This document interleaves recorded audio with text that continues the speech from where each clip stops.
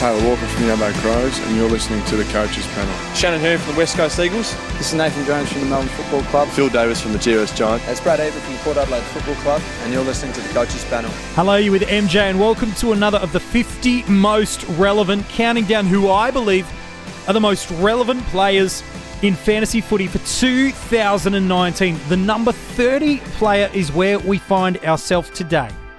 Getting real close to the halfway marker. And in at number 30, West Coast Eagles Premiership midfielder Elliot Yeo. To talk all things Elliot Yeo from the Adelaide Advertiser, I've got the Phantom on. Hello, mate. How are you? Hi, MJ. Always a pleasure, mate. Thanks for having me. Look, I'm pretty excited to talk about Elliot Yeo because I think there's some huge relevancy while you certainly specialise in Supercoach, and I'm keen to very much get your take in a moment on what you should be looking to consider when it comes to Elliot Yeo in Supercoach. I think all salary cap formats of the game, there is relevance for Elliot Yeo. He's just 25 years old, an out-and-out midfield gun, and he's got some real impressive ceiling about him. His highest score last year across all the formats came against the Gold Coast Suns. It was a 138 in Fantasy and Dream Team, a 150 in Supercoach. His average was a 107.8 in Supercoach and just a fraction under in Fantasy and Dream Team. In Supercoach, he's going to set you back around about that 570 sort of marker through there, just shy of 700,000 across Dream Team and Fantasy. Well, after previously, just a few years ago, being awarded All-Australian efforts because of the great work he did at halfback, Elliot Yeo took the next evolution in his game by moving into the midfield. And you could probably build a case he's now one of the elite midfielders in the game. Just last year, he delivered career-high numbers for disposals, tackles, inside 50s, clearances, contested possessions, goal assists, won the club's best and fairest in their premiership year and was probably unlucky not to make the All-Australian squad when it comes down to it. Phantom, he just had, not just in a fantasy football sense, in a Supercoach sense, but in a pure footy sense, he had a phenomenal season last year. Absolutely, and you're not wrong there. And the key thing for him, I think, mate, and in all formats too, is an all-rounder, a stat beast, I guess you can say. Average 25 disposals, 12 contested possessions, it's a nice mix of inside-outside, and he's 7 inside 50s per game, 7 tackles per game, ranked him in the top 5 for both categories in the comp.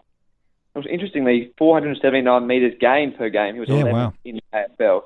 So as he's touched on, his goal assists, 16 goal assists and 13 goals himself. So he does it all. So when you sort of stop him in one way, he can hurt you with something else. So I think, as you mentioned, the 10th ranked Supercoach player for total points last season as a defender. Another great thing about him, very durable, only missed 5 games in the past 4 seasons. He just finds a way to keep getting it done, doesn't he? When you drill down into what he was able to deliver just last year in AFL Fantasy and Dream Team, an average of 106, 14 tons, 6 of those over 120. While in Supercoach, even better, a 107 average, 15 tons, 7 of those were over 120. And there's multiple games where you're seeing him score big. 150 in Supercoach against the Gold Coast Suns, 144 against the Swans in round 13.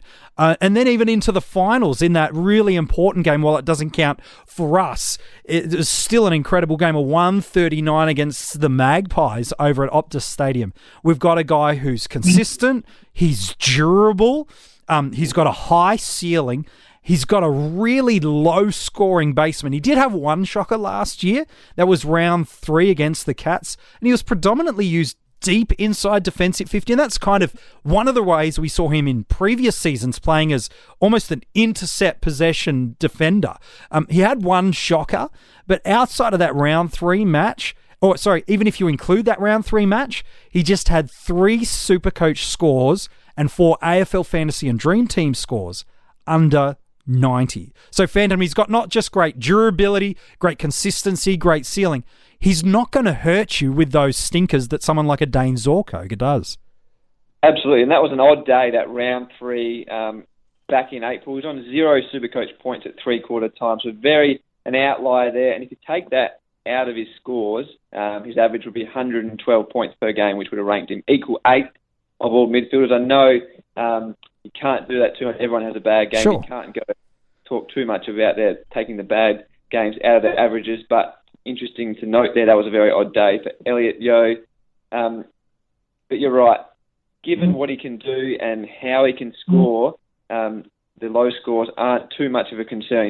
Even if he has 18 or 20 touches, can't find the footy as much on his day, he's probably having 7 to 8 tackles and influences the game going forward inside 52. So definitely you can sort of put him in, pick him, and trust him and not have to worry about him, like you said, MJ, a Dane Zorko or someone who can have 5 touches, tagged out of the game and sulk in the half-forward line in the second half. Yeah, and he's not going to get tagged. You look at some of the other midfielders in that West Coast Eagles side right now, while Elliot Yeo's, disposal efficiency in the mid to high 60s across the format is anything but poor. When you've got guys like an Andrew Gaff on the outside who's so damaging with his run and carry, breaking the lines, opening the game up, and then pinpointing, targets by foot. Someone like a Luke Shuey who's got that in and outside damage as well.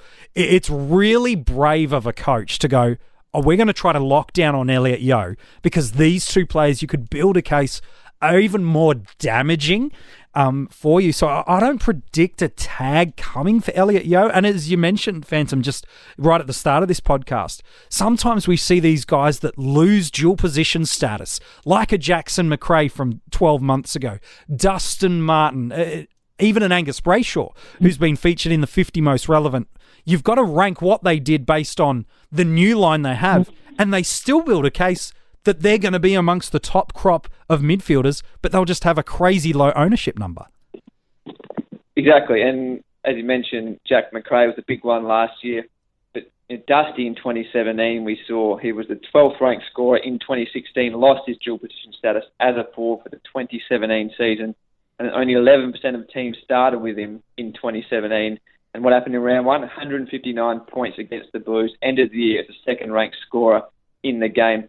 Different players, sure, but again, it's happened with Zach Merritt, even Dane Zorko, Robbie Gray, and 2 other examples. So you can't forget about Elliot Yeo, just has lost his defender status, and for the guys who are on top of it and do like Elliot Yeo, might make him a bit more unique in all formats in 2019. Yeah, I think that there's always positives and negatives when you start with a unique option. The positive of it is if they fly out the gate, you look like a genius. You've got this unique point-scoring opportunity, and you've kind of forged a little bit of a gap between you and the rest of the pack.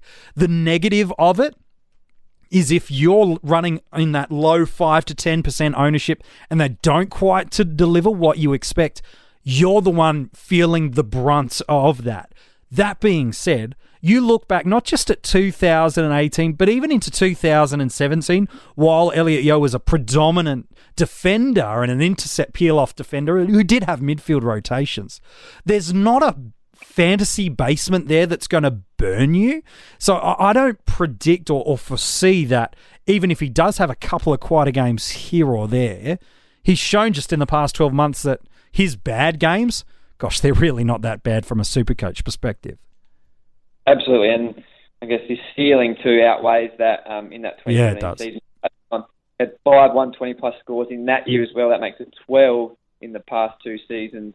So I guess we can say right now, injury aside, to be sure, he's a top 8 or top 6 even midfielder in Supercoach, and he'll go close in the other formats too. Very safe option. One, I really like him in and out of my team throughout the pre-season, and I'm trying to squeeze him back in there as we speak. Yeah, look, going off the stats of who's available this year, only 4 midfielders scored over 110 average in AFL Fantasy and Dream Team. One of them we don't have available for 2019. For Supercoach, it was just the 8. So even though he's not quite got to those big numbers of a 110 seasonal average, look, he's close enough with these big boys.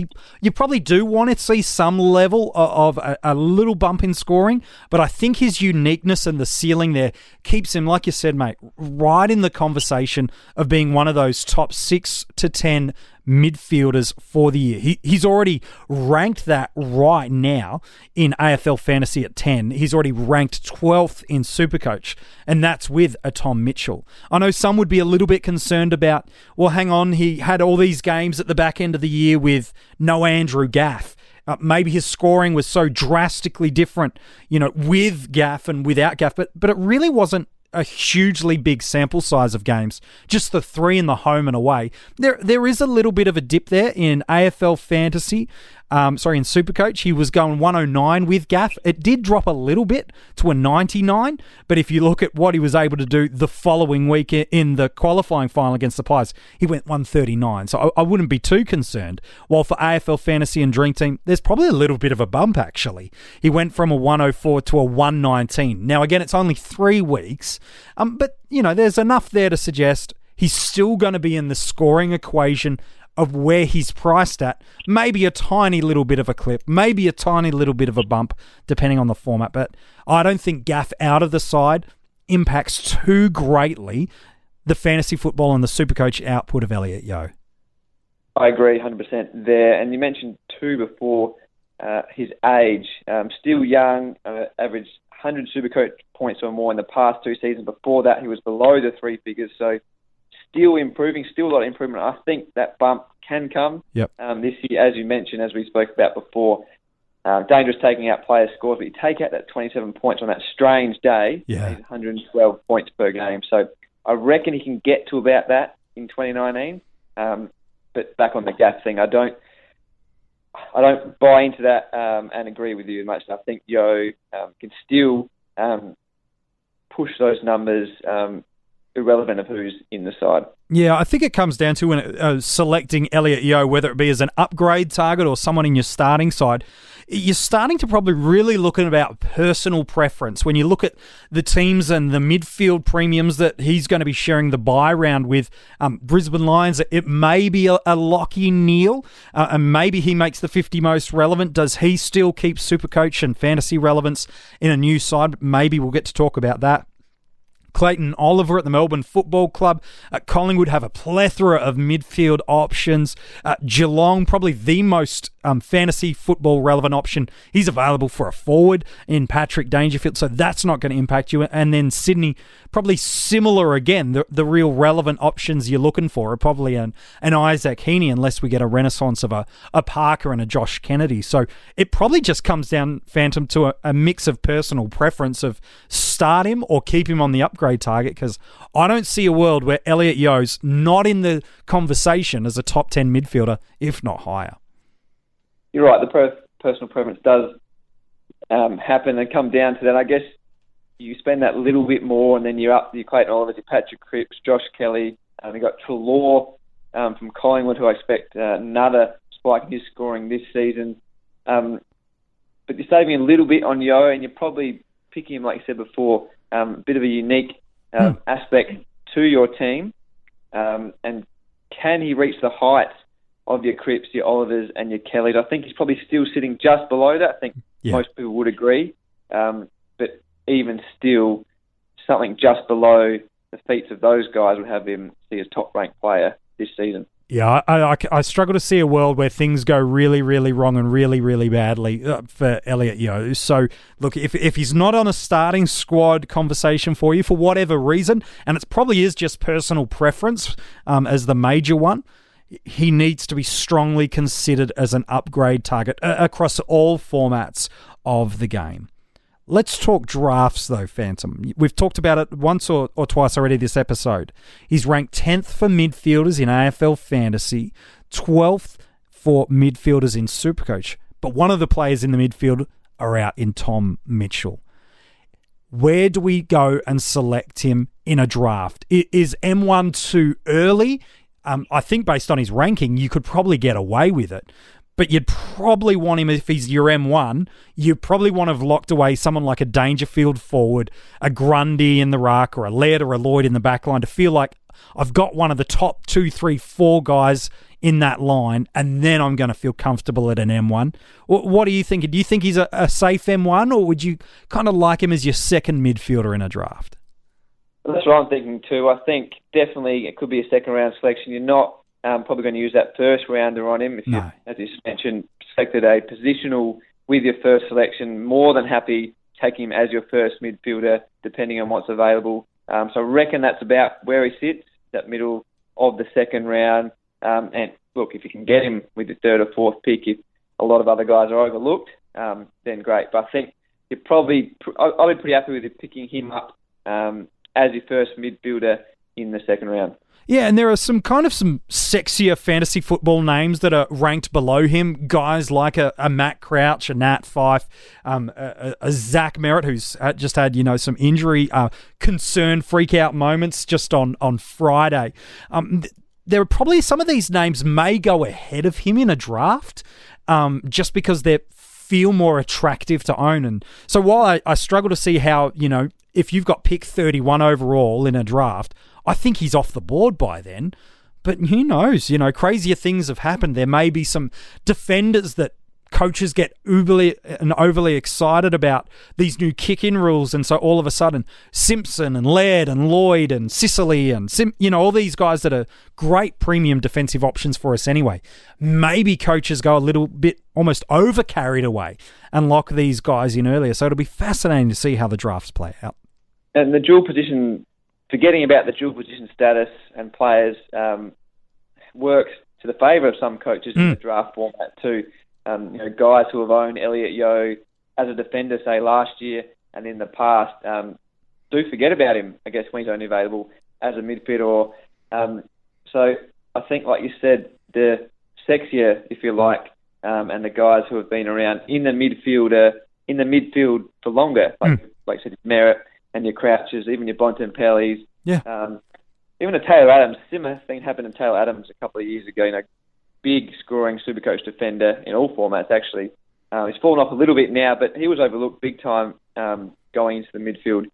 But I think there's definitely a chance Yeo slips, depending on, I guess, how much your other coaches in your league have sort of looked into it or how much attention they do pay. But definitely one to watch slide in the draft, hopefully. Yeah, fingers crossed. Hey, fingers crossed. Hey, man, appreciate your thoughts today on Elliot Yeo. Thank you, MJ. It's been a pleasure. As I said before, he's been in and out of my team all pre-season. Just squeezed out, actually, last night. As we all know, this time of year, the team changes daily. But he's one I really like this year, and definitely in Supercoach draft, one I'll be looking at. So it's been a pleasure, MJ. Loving your top 50 so far. Thank you, mate. It's the Phantom from the Adelaide Advertiser. Plenty of great stuff coming from him right throughout your Supercoach pre-season. If you want to go back and catch up on some of the players we've discussed in the 50 most relevant, you can go and do that at coachespanel.tv, as well as getting all the podcasts of the players via Spotify and also iTunes. If you're loving what you're hearing from the Coaches Panel, you can join our Patreon, or of course, keep checking out the podcasts and articles every single day. We venture into the 20s of the 50 most relevant tomorrow, and I wonder who lands at number 29.